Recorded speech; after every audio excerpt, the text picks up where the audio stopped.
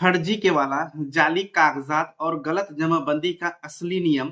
बिहार जमीन विवाद। क्या कोई व्यक्ति फर्जी के वाला जाली कागजात या गलत जमाबंदी के आधार पर आपकी जमीन पर कब्जा कर सकता है?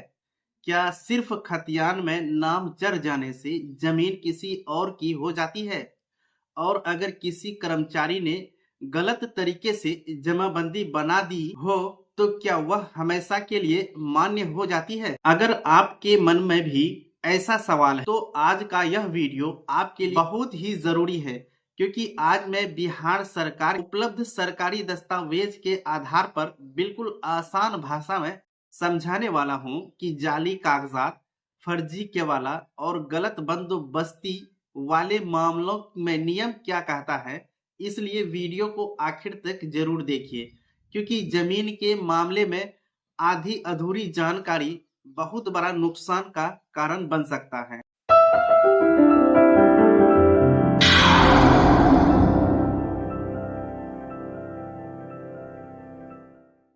नमस्कार दोस्तों, आप देख रहे हैं ऑनलाइन अमीन course by MD Rashid Alam YouTube, जहां हम बिहार जमीन दाखिल खारिज जमाबंदी और सरकारी नियमों की ऑथेंटिक जानकारी आसान भाषा में देता हूं। अगर आप पहली बार इस चैनल पर आए हैं तो चैनल को सब्सक्राइब जरूर कर लीजिए। पहला मामला, जाली कागजात से जमीन पर दावा। जी, इसको आसान भाषा में हम लोग समझते हैं।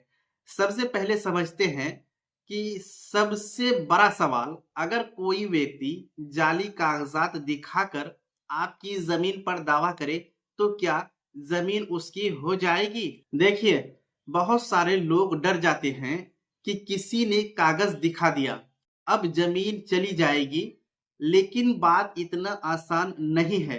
बिहार सरकार के उपलब्ध दस्तावेजों में बताया गया है कि अगर कोई व्यक्ति जाली कागजात के आधार पर किसी दूसरे की जमीन पर दावा करता है तो खाता मूल व्यक्ति यानी कि असली मालिक के नाम से ही खुल सकता है। लेकिन यहाँ एक बहुत जरूरी बात समझ लीजिए, आप किसी दस्तावेज को सिर्फ देखकर फर्जी घोषित नहीं किया जा सकता है। कई मामलों में सिविल न्यायालय या संबंधित जांच के आधार पर यह तय होता है कि दस्तावेज सही है या फिर जाली है। इसलिए अगर कोई आपकी जमीन पर फर्जी कागज लेकर दावा कर रहा है, घबराइए मत। सबसे पहले उसके दस्तावेज की जांच कराइए, निबंधन कार्यालय से सत्यापन करवाइए, जरूरत पड़े तो कानूनी सलाह भी लीजिए। सिर्फ डरकर जमीन छोड़ देना सबसे बड़ी गलती आपके साथ हो सकती है। किसी भी दस्तावेज को गलत ठहराने के लिए सिविल कोर्ट ही मान्य है, वही उसको गलत या सही साबित कर सकता है। तो चलिए अब हम लोग समझते हैं दूसरा मामला, खतियान में नाम किसी और का, वंशावली अलग। ऐसी परिस्थिति में हमको क्या करना चाहिए? अब दूसरा बड़ा सवाल जो आज बिहार के हजारों लोगों के सामने उभर करके आती है, जो कि बहुत बड़ी टेंशन हम लोगों के बीच में ला करके खड़ी कर देती है। बहुत लोगों के पास ऐसी जमीन है जहां खतियान में किसी और का नाम है, वंशावली अलग है और पुराने केवाला भी नहीं मिल रहा है। तो ऐसी स्थिति में क्या होगा? सरकारी दिशा निर्देश के अनुसार अगर कोई व्यक्ति यह कहता है कि यह जमीन उसके पूर्वजों की थी, लेकिन उसके पास निबंधित कागजात यानी कि कोई सेल डीड या रजिस्ट्री केवाला उपलब्ध नहीं है और स्थिति स्पष्ट नहीं हो पाती है, तो ऐसी परिस्थिति में उस जमीन का तो कुछ मामलों में खाता बिहार सरकार के नाम से खोलने की बात भी कही गई है। लेकिन दोस्तों, इसका मतलब यह बिल्कुल भी नहीं है कि हर जमीन सीधे सरकार की हो जाएगी। इससे पहले यहाँ रिकॉर्ड, सबूत,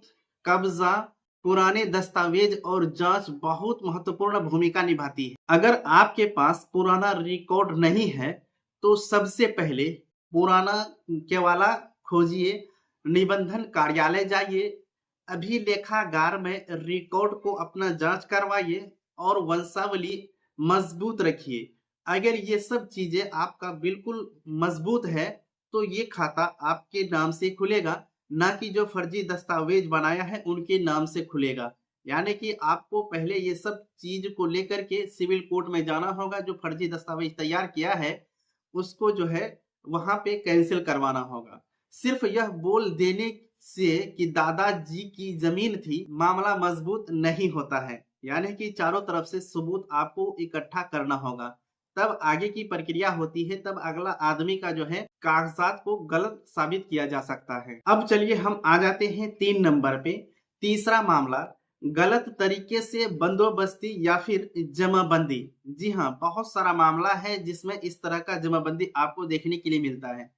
अब सबसे खतरनाक मामला को आप समझिए यहाँ पे आसान भाषा में।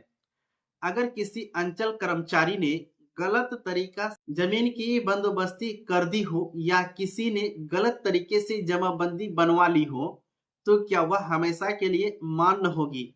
देखिए, बहुत सारा मामला ऐसा है, बिहार से हमारे पास कॉल आए हैं कि लोग कहते हैं कि फर्जी तरीके से जमाबंदी अपने नाम कोई इंसान करा लिया है, तो ऐसे में क्या करना चाहिए?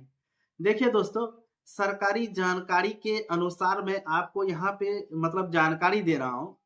अगर जांच में बंदोबस्ती गलत या फिर फर्जी पाई जाती है तो उसे रद्द किया जा सकता है, और अगर उसी आधार पर जमाबंदी बनाई गई है तो जमाबंदी भी रद्द होने की संभावनाएं रहती हैं। यानी कि जमाबंदी भी रद्द किया जा सकता है। लेकिन यहाँ भी एक बात समझना बहुत जरूरी हो जाता है।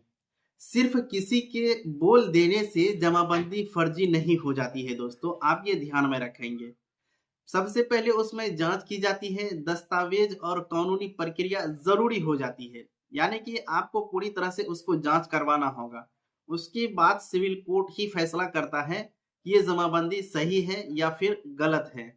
इसलिए अगर किसी जमीन पर विवाद है तो सिर्फ जो है आप ऑनलाइन जमाबंदी देखकर उस पर आंख बंद करके भरोसा नहीं कीजिएगा। उसमें आपको करना है पुराना रिकॉर्ड, रसीद, रजिस्ट्री, उसके बाद खतियान और बंदोबस्ती आदेश जरूर मिला लीजिए आप। उसके बाद ही आप आगे की प्रक्रिया करेंगे। दोस्तों, कई बार ऑनलाइन रिकॉर्ड में नाम होने के बावजूद जमीन विवादित निकल जाती है, क्योंकि वह गलत तरीके से ऑनलाइन पर चढ़ाया हुआ होता है। तो चलिए हम आगे बढ़ते हैं और चौथा और अंतिम मामला को समझते हैं। दूसरे जिले का फर्जी केवाला। जी हाँ, ये बहुत देखने के लिए मिला है। अब एक और बड़ा खेल समझिए आप। कई बार लोग दूसरे जिले का केवाला लेकर आते हैं और दावा करते हैं कि यह जमीन उनकी है, लेकिन सरकारी दिशा निर्देश के अनुसार हम यहाँ आपको बिल्कुल सही और ऑथेंटिक जानकारी प्रोवाइड करने जा रहे हैं। वीडियो को आप बिल्कुल स्किप मत करिए, क्योंकि ये वीडियो बहुत ही इंफॉर्मेटिव है, जो कि आपकी समस्या से रिलेटेड है। अगर कोई व्यक्ति फर्जी केवाला के आधार पर खाता खुलवाने की कोशिश करता है, ये बिहार विशेष सर्वेक्षण में, तो पहले निबंधन कार्यालय से सत्यापन जरूरी हो सकता है। यानी कि फर्जी केवाला है तो उसको सबसे पहले जांच करवा लीजिए। अगर दस्तावेज जांच में गलत पाए जाते हैं तो न्यायालय द्वारा जो है उसे फर्जी माना जाता है, तो उस आधार पर खाता खुलना मुश्किल हो सकता है। इसलिए जमीन खरीदने से पहले सिर्फ दलाल की बातों पर भरोसा मत कीजिए। रजिस्ट्री नंबर चेक कीजिए, दस्तावेज सत्यापन कराइए, पुराना रिकॉर्ड को भी मिला लीजिए, और जरूरत पड़े तो वकील के साथ भी अपनी राय लीजिए, क्योंकि ये बहुत ही महत्वपूर्ण हो जाती है। जमीन से संबंधित मामला है, अगर आप बिना कुछ किए खरीद लेते हैं या कुछ कर लेते हैं तो आप बड़ा नुकसान में पहुंच सकते हैं। दोस्तों, आज आपने बिल्कुल आसान भाषा में समझ लिया कि जाली कागजात, फर्जी केवाला, गलत जमाबंदी और जमीन विवाद के मामलों में सरकारी दिशा निर्देश क्या कहती है। लेकिन एक जरूरी बात जो आपको हमेशा याद रखना चाहिए, हर जमीन का मामला अलग अलग होता है। इसीलिए अंतिम निर्णय रिकॉर्ड, जांच और न्यायालय की प्रक्रिया पर निर्भर करता है, क्योंकि वही किसी भी मतलब जमीन से संबंधित विवाद को सही या गलत ठहराते हैं।